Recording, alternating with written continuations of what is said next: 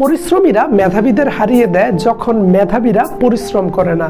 ঢাকা বিশ্ববিদ্যালয়ের ভর্তি পরীক্ষার ক্ষেত্রে তুমি কতটা মেধাবী তার চেয়েও বেশি ডিপেন্ড করে তুমি কতটা পরিশ্রম করছো তোমার অ্যাডমিশন টাইমে।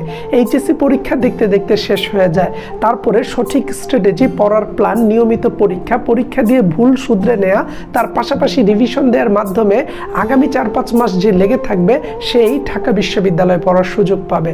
এখন তুমি বিশ্ববিদ্যালয়ে চান্স পাবা কিনা সেটা নির্ভর করে আগামী 4-5 মাস তুমি কতটা গুরুত্ব সহকারে পরিশ্রম করছো। এর বাইরে অনেকেরই ফ্রি হ্যান্ড রাইটিং স্কিলে থাকে সমস্যা, অনেকে ভোকাবুলারি বা প্রিপোজিশন মনে রাখতে পারে না। আমি অনেক শিক্ষার্থীকে দেখেছি যে ইংরেজি লাইন পড়ে এর বাংলা অর্থটা ধরতে পারে না, তাদের পক্ষে ঢাকা বিশ্ববিদ্যালয়ে চান্স পাওয়া হয়ে যায় কঠিন।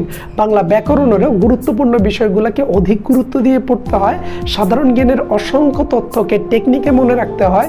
এর বাইরে যে শিক্ষার্থীটা হিসাব বিজ্ঞান কিংবা ফিনান্সে ক্যালকুলেটর ছাড়া ম্যাথ করার টেকনিকটা জানে তারই চান্স হয়। এখন তুমি একজন ভবিষ্যৎ ঢাবিয়ান হলে তোমাকে এখনই পরিশ্রম করতে হবে এবং এই বোল্ড পয়েন্টগুলোকে খাতায় নোট করে করে তোমার প্রস্তুতিটাকে সামনের দিকে এগিয়ে নিয়ে যেতে হবে।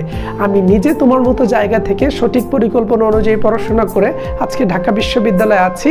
আমি মনে প্রাণে বিশ্বাস রাখি তুমি যদি আজকে শুরু করো, নিয়মিত পড়াশোনা করো, আর কিছুদিন পরে তোমার সাথে ঢাকা বিশ্ববিদ্যালয়ে আমাদের দেখা হবে। আর তোমার বেসিক সমস্যাগুলো দূর করে নিতে আমাদের টার্গেট ডিউ ব্যাচ শুরু হতে যাচ্ছে এইচএসসি পরীক্ষার পর। তুমি আমাদের পেজে যুক্ত থাকো, কমেন্ট বক্সটা চেক করো, আমাদের এই টার্গেট ডিউ ব্যাচ সম্পর্কে বিস্তারিত জেনে যাবে, যেখানে ফ্রি হ্যান্ড রাইটিং স্কিল, ইংরেজি বেসিক, টেকনিক এবং স্ট্র্যাটেজি দিয়ে তোমাকে নিয়মিত পরীক্ষা এবং রিভিশন দেওয়ানোর মাধ্যমে ঢাকা বিশ্ববিদ্যালয়ে নিয়ে আসবো ইনশাআল্লাহ।